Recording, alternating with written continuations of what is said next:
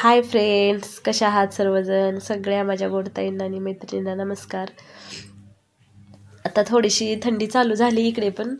केरळमध्ये शक्यतो थंडी पडत नाही, म्हणजे आम्ही राहतो त्या साईडला तरी जास्त काही थंडी नसते कधी, म्हणजे अशी जाणवत वगैरे नाही. पण ह्यावेळी थोडीशी थंडी आहे. थोडंसं क्लायमेट चेंज झालं की लगेच सर्दी कफ होतं ह्या वातावरणामध्ये. आज थोडीशी तब्येत बरी नव्हती म्हटल्यानंतर नाश्त्याला आज पोहे बनवाय घेतले होते. झटपट होतात, 10 मिनटात नाश्ता रेडी होतो. तेलामध्ये मोहरी जिरं नाही घालत मी पोह्यामध्ये. मोहरी आणि कढीपत्ता घालून घेतला आणि कांदा थोडासा जास्ती घालायचा पोह्याला. शेंगदाणे, हिरवी मिरची, कोथिंबीर असं. थोडीशी हळद आणि साखर पण घातली की छान चव येते. पोहे कांदा भाजायला ठेवल्यानंतर पोहे धुवून घ्यायचे. अगोदर पोहे वगैरे धुवून जास्त वेळ ठेवायचे नाहीत, नंतर पोहे थोडे कडक होतात. मग लगेचच कांदा भाजायला टाकला की पोहे धुतले तरी होऊन जातं, म्हणजे मऊ राहतात पोहे तसे. आणि बाजूला चहा पण ठेवून दिला मग लगेचच. आणि आता थोडीशी थंडी आहे म्हटल्यानंतर चहा पण प्यायला बरं वाटतंय. पोहे झालं होतं, थोडंसं खोबरं खिचून घेतलं होतं. खोबरं आणि लिंबू असेल की पोह्याबरोबर छान चव येते पोह्याला, खायला पण बरं वाटतात मग. आणि आपल्या महाराष्ट्रासारखे केरळमध्ये पण पोहे आता भेटतात, तसे पोहे. आणि असं काही बनवलं की कसं पटकन नाश्ता पण होतो आणि भांडी पण काही जास्त पडत नाहीत, झटपट होऊन जातं. आणि पोहे थोडंसं आवडीनं खातात, त्यामुळं कधी तर असं करते. रोजच ते बनवायचं म्हणलं की वेळ पण भरपूर जातो.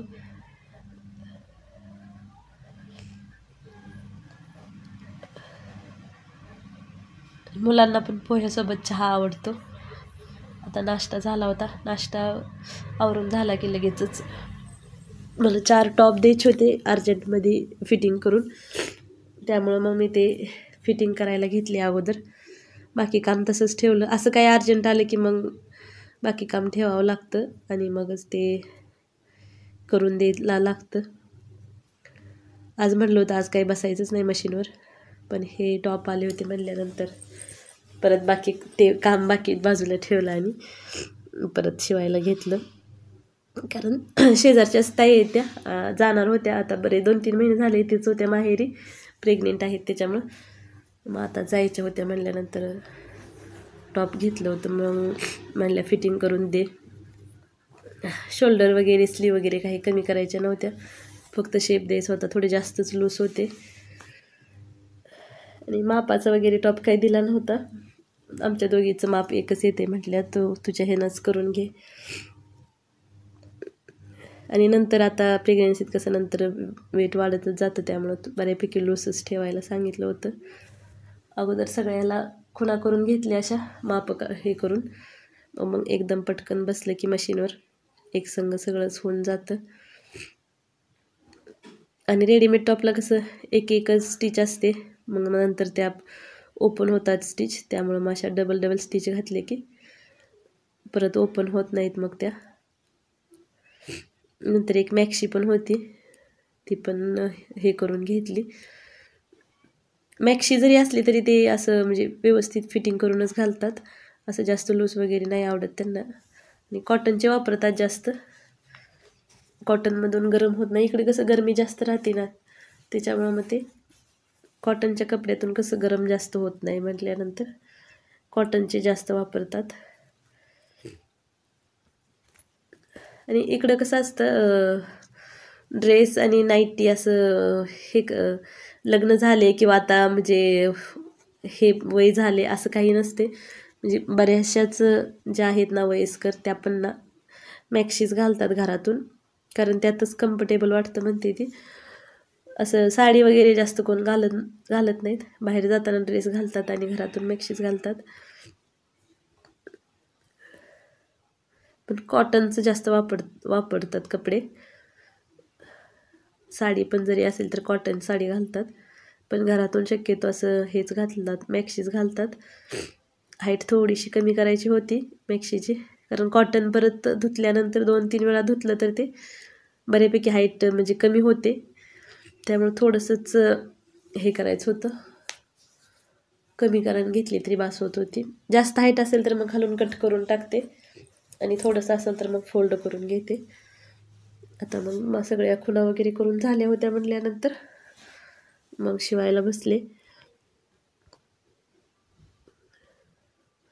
टॉप अगोदर सगळे फिटिंग करून घेतले. डबल स्टिच करायची होती सगळीकडेच फुल म्हणल्यानंतर थोडासा वेळ जातो. आता झाले होते सर्व फिटिंग करून म्हटल्यानंतर अगोदर म्हटलं त्यांचं देऊन यावं. त्या येऊन गेले एकदा, झालं का म्हणून. जायचं होतं त्यांना पण म्हटल्यानंतर.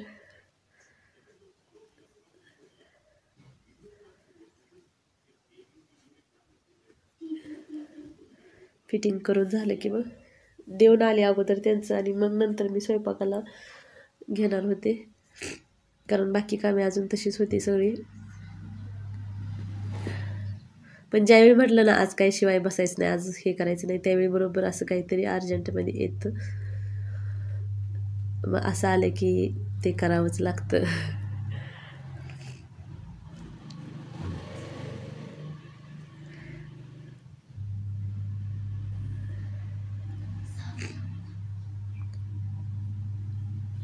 कॉटनचेच होते हे टॉप पण सगळे, आणि असे थोडे लूसच घेतले होते, कारण नंतर तब्येत वाढत जाते, त्याच्यामुळं मग परत टाईट व्हायला नको. साईड ओपन नव्हते हे.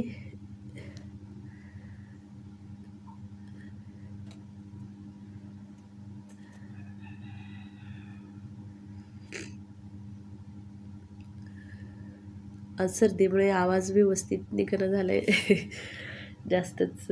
आणि या क्लायमेटमध्ये ना आपल्यातल्या बऱ्याच लोकांना ना सर्दीचा त्रास हा होतोच. मला तर थोडा जास्तच होतो, कारण थोडंसं वातावरण बदललं की लगेचच सर्दी होतेच.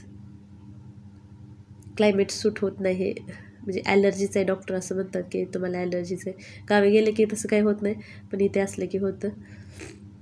हे मी आता भाजी बनवायला घेतली होती. थोडंसं शेंगदाण्याचं जाडसर वाटलेलं आणि थोडंसं बारीक असं कूट घेतलं होतं, हळद मीठ घालून. तो मसाला वांग्यामध्ये भरून घेतला. गावाकडून एका फ्रेंडने दिलेली होती. गावाकडची वांगी आहेत, इकडे अशी वांगी वगैरे काही भेटत नाहीत. आणि खोबरं, जिरं, लसूण, आलं, एक मिरची घालून असं हे वाटण करून घेतलं होतं. हे वाटण तेलामध्ये भाजून घेते. तेलात थोडंसं अगोदर तेलात पण फोडणीत जिरं घातलं होतं आणि वाटताना पण थोडंसं घातलं होतं. हा मसाला तेलात व्यवस्थित भाजून घेते आणि वांग्यामध्ये फक्त शेंगदाण्याचं कूट, हळद, मीठ असं भरून घेते. थोडंसं तिखट जास्त पाहिजे असेल तर मिरची थोडी जास्त वापरू शकता, मी एकच घातली होती मिरची.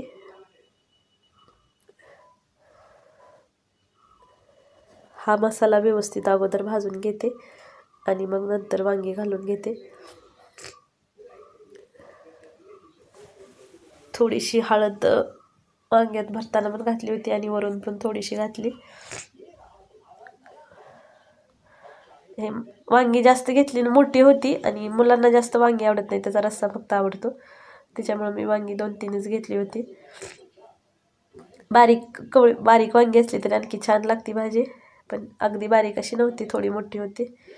झाकून ठेवून 1-2 मिनिट अशी वाफ काढून घेतली आणि मग नंतर गरम पाणी घालायचं. नाही वांगी काय होतं नंतर अशी कडक होतात, थंड पाणी घातलं तर.